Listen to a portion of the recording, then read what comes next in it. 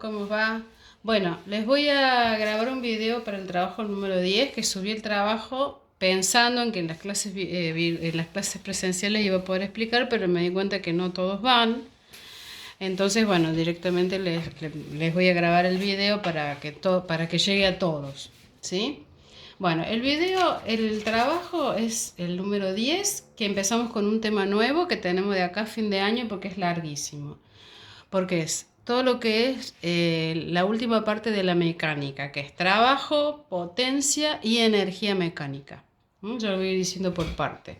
Empezamos con el trabajo. Acá en el trabajo que yo le subí al Classroom dice bien toda la definición de todo, ¿sí? Yo acá le hice un dibujito, pero tienen uno más lindo y todo. Si nosotros empujamos un cuerpo cualquiera, puede ser cualquier cuerpo, con una determinada fuerza, hemos estado viendo en dinámica que todos los cuerpos se mueven porque le aplicamos una fuerza. Bueno, en este caso vamos a suponer que aplicamos la fuerza, esta sería la fuerza, y el cuerpo recorre una determinada distancia, esta es de distancia, y llega hasta acá, supónganse que recorrió 10 metros, lo que sea, ¿sí?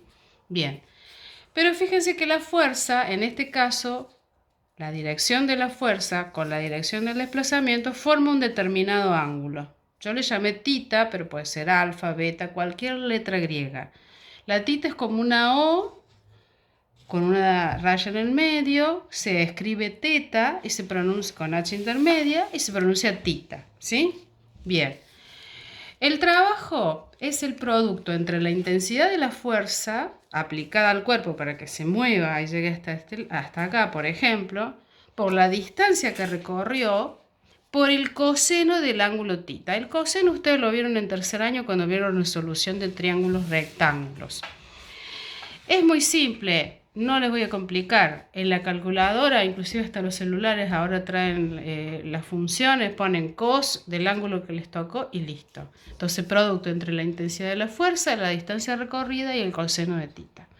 En el dibujito que tienen ahí en el trabajo, aparece el trabajo con una W, porque hay algunos que simbolizan con la W mayúscula. Yo prefiero simbolizarlo con la T mayúscula, ¿sí? Porque después vamos a tener una unidad en potencia con la W y no quiero que haya confusiones. Eso sería todo. Vamos al sistema de unidades. ¿Se acuerdan que hicimos un cuadrito en el trabajo número 8, donde llegamos hasta fuerza, porque vimos dinámica? Bueno, ahora le vamos a agregar trabajo.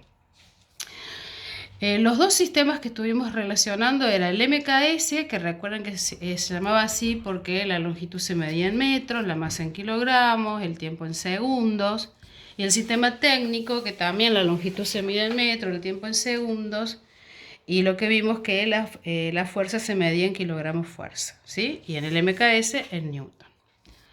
Bien, ¿por qué estaba todo explicado en el trabajo 8? Sé que no lo voy a volver a explicar. Si acá tienen el producto entre fuerza y distancia, vamos a suponer una fuerza de 1 newton por una distancia de 1 metro, me queda 1. O sea, newton por metro tiene un nombre, ¿sí? Y se le dio un nombre, así como al newton también, el kilogramo masa por metro sobre segundo cuadrado se lo llamó newton. Al newton por metro se lo llama joule en honor al físico que desarrolló, uno de los físicos que desarrolló este tema. Joule es el nombre del físico matemático, y se simboliza con una J mayúscula. Entonces, newton por metro sería joule. Esa es la unidad de trabajo en el MKS. Y en el sistema técnico, como la fuerza se mide en kilogramos fuerza y la longitud en metros, voy a tener kilogramo fuerza por metro. Y eso se lo llamó kilográmetro. Ahí en el trabajo lo tienen hasta con palabras y todo, ¿sí? Entonces tenemos joules o kilográmetro. Y hay una equivalencia que yo también se las he puesto ahí en el trabajo, que después se las explico, pero está la equivalencia. Bien, seguimos. ¿Qué pasa con este ángulo? Porque depende, el coseno tiene mucha influencia. Si el ángulo es de 0 grados, es en el caso de que yo empujo un cuerpo y la fuerza que aplico está en la misma dirección del desplazamiento. Entonces ahí, si el desplazamiento y la fuerza tienen la misma dirección, el ángulo es 0. Cuando el ángulo es 0, el coseno vale 1. Por lo tanto, fuerza por distancia por 1 me queda fuerza por distancia. ¿Por qué digo esto? Porque ustedes ahí, si tienen nada más que fuerza por distancia, perdón, pueden despejar la fuerza, trabajo sobre distancia, la distancia, trabajo sobre fuerza. Eso se los dejo a ustedes, que les puede pasar en alguno de los problemas, que tengan que despejar fuerza o distancia. Pero eso es cuando el ángulo es 0, cuando no tengo el coseno, porque el coseno de 0 es 1. Entonces ya saben, de acá pueden despejar fuerza o pueden despejar distancia. ¿Sí? Bien. ¿Qué pasa si el ángulo es de 90 grados? Por ejemplo, yo llevo un portafolio o una cartera y la fuerza la estoy haciendo hacia arriba con el brazo y me desplazo en forma horizontal. El ángulo es un ángulo de 90 grados, ¿sí? Un ángulo recto. Pero el coseno de 90 es 0. Fuerza por distancia por 0. Cualquiera sea el valor de fuerza y cualquiera sea el valor de distancia me va a dar 0. En ese caso no hay trabajo. El trabajo es nulo o vale 0 joules, ¿sí? Hoy con los chicos hicimos un ejemplo en la clase. ¿Qué pasa si yo quiero mover un mueble? Lo empujo, lo arrastro, porque es muy pesado. ¿Qué está pasando ahí? Yo estoy haciendo una fuerza para empujarlo hacia la derecha, pero hay una fuerza de fricción entre el mueble que quiero empujar y el suelo. Siempre hay una fricción. Por más encerado que esté el piso, siempre va a haber una fricción, una fuerza de rozamiento que se opone al movimiento del cuerpo. Cuando vamos en una bicicleta y vamos en un asfalto y entramos a una calle de tierra, nos vamos a dar cuenta que ahí cambió la fricción, es más difícil. O si vamos caminando por baldosas y pasamos al pasto, también vamos a ver la diferencia. Entonces siempre hay una fuerza de rozamiento o de fricción. ¿Qué pasa en ese caso? La fuerza va en contra del movimiento y el cuerpo se está desplazando hacia la derecha. Entonces, entre la dirección del desplazamiento y la fuerza hay un ángulo llano, un ángulo de 180 grados. Cuando el ángulo es de 180 grados, el coseno de 180 es menos 1. En realidad, siempre que el ángulo sea mayor a 90, el coseno va a ser negativo. ¿Qué va a pasar cuando el coseno es negativo? El trabajo es negativo. No pasa nada. ¿Qué significa que el trabajo sea negativo? Que ese cuerpo va a disminuir la velocidad o no va a aumentar de la misma manera que si fuera positivo. No pasa nada con eso, ¿sí? Trabajo negativo. Entonces, estas serían las características para algunos ángulos particulares, como 0, 90 y 180. Pero en general ustedes se van a dar cuenta que siempre que el ángulo sea mayor a 90, el coseno me va a dar negativo, por lo tanto el trabajo también va a ser negativo. Eso va a significar que va a disminuir la velocidad y obviamente se va a desacelerar el cuerpo. Nada más que eso. Bueno, esto en cuanto a trabajo. Pasemos a potencia. Sí, que también lo tienen todo explicado en el trabajo. ¿Sí? Me estaba olvidando una cosa antes de potencia, perdón, disculpa. ¿Qué pasa si sobre un cuerpo actúan varias fuerzas? ¿Sí? Por ejemplo, cualquiera de estos que yo dibujé, tenemos la fuerza que hace una persona para llevarlo, la fuerza peso que siempre es vertical y hacia abajo, porque todos los cuerpos pesan, y el peso es la fuerza con que la Tierra nos atrae hacia su centro. También podemos considerar que el cuerpo tiene una fuerza de rozamiento o de fricción, ¿sí? Y puede ser también que haya otra persona empujando ese cuerpo. Entonces ahí tenemos varias fuerzas actuando sobre el cuerpo. Cuando hay varias fuerzas actuando sobre el cuerpo, cada una de esas fuerzas realiza trabajo. Entonces no vamos a tener un solo trabajo, vamos a tener el trabajo que hace una persona que lo está tirando así, el trabajo que hace la fuerza peso, el trabajo que hace la fuerza de fricción, y puede suceder que haya otra persona empujándolo con otro tipo de ángulo, entonces ahí tenemos otro trabajo. Entonces ahí surge lo que se llama el trabajo total, que es la sumatoria de todos los trabajos que realizan cada una de las fuerzas que están aplicadas al cuerpo. Ahí en el trabajo yo se los expliqué muy así rapidito porque no es complicado, es fácil eso de entender. Y en los problemas se los voy a pedir seguramente. Bueno, eso sería en cuanto al trabajo total, que me había olvidado. Después de eso viene la potencia. La potencia desarrollada por un motor, una máquina, un hombre, siempre queda establecida por el trabajo que realiza y el tiempo que tarda en realizar ese trabajo. Depende del tiempo y es inversamente proporcional al tiempo. O sea, si tarda más, la potencia va a ser menor. Eso se usa mucho en los motores, ¿sí? Han hablado de la potencia de un motor, de un auto, de una moto, pero en todas las máquinas se utiliza. Entonces van a tener, la potencia es trabajo sobre tiempo, no hay mucho más. Y de acá pueden despejar trabajo, pueden despejar tiempo, pero eso se los dejo a ustedes porque ya demasiado les he despejado yo en cinemática y en dinámica. Cuando lo necesiten, lo despejan ustedes. Bien, los sistemas de medida, si el trabajo se mide en joules, en el sistema MKS como vimos recién, y el tiempo en segundos, a esa unidad en el MKS se la llamó watt o vatios. En el trabajo lo tienen bien anotadito. Y en el sistema técnico, como el trabajo se mide en kilogramos, como vimos recién, y el tiempo en segundos, eso no se le dio ningún nombre, es kilogramos sobre segundos. Y la equivalencia es que un kilogramo equivale a 9,8 joules. Esta es la equivalencia entre los trabajos, que no se las puse antes, pero se las pongo ahora. ¿Sí? El kilogramo equivale a 9,8 joules, así como el kilogramo fuerza equivale a 9,8 newtons, que lo vimos en dinámica. Pero generalmente para los motores se usa el caballo vapor o el HP, que sería en inglés. ¿Sí? El caballo vapor, que es mucho más grande, por eso se lo utiliza más en los motores y en las máquinas, ¿sí? El caballo vapor está fuera del Sistema Internacional de Unidades y de Medidas y tiene una equivalencia con el watt y con el kilográmetro. Y yo se los pongo, así que no se preocupen, pero ahora se los nombro. El caballo vapor equivale a 75 kilogramos sobre segundos o 735 watt. Y también está el kilowatt, que son 1000 watts. Entonces, si yo lo quiero poner en kilowatt, va a ser 0,735 kilowatt. Acá no se ve bien. Bueno, porque el fibrón que use es de lo peor. Bueno, después de eso empezamos con la energía.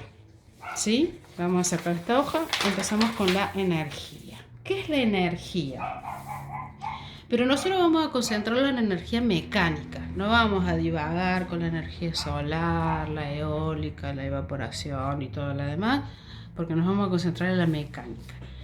La energía es la capacidad que tienen todos los cuerpos de realizar un trabajo, ¿sí? Por lo tanto, la energía se va a medir en la misma unidad del trabajo, o sea, se va a medir en joules. Yo no se los puse en el trabajo, pero bueno, ya van a ver que sí. Bien, existen distintos tipos de energía, se puede convertir o transformar de un tipo a otro, la energía puede pasar de un cuerpo a otro, pero lo que tienen que tener claro es que la energía se conserva, no se destruye, ¿sí? Sino que se transforma. Entonces la energía total del universo, podríamos decir, permanece siempre constante. ¿Nosotros qué vamos a ver? La energía cinética, ¿sí? Ahí está escrito en el trabajo, no se los voy a volver a escribir acá, que la energía cinética es la energía debido al movimiento de un cuerpo. Entonces va a tener que ver con la velocidad que ese cuerpo lleva, ¿sí? Con la velocidad. Y la energía cinética en fórmula, ¿sí? Se define como un medio, tiene un desarrollo, pero que yo le demuestre de dónde sale la fórmula no les suma nada, chicos, al contrario, los aburre. Entonces, la energía cinética es un medio de la masa del cuerpo por la velocidad al cuadrado. ¿Ven? La energía cinética tiene que ver con el movimiento, por lo tanto interviene la velocidad en la fórmula, ¿sí? Debido al movimiento.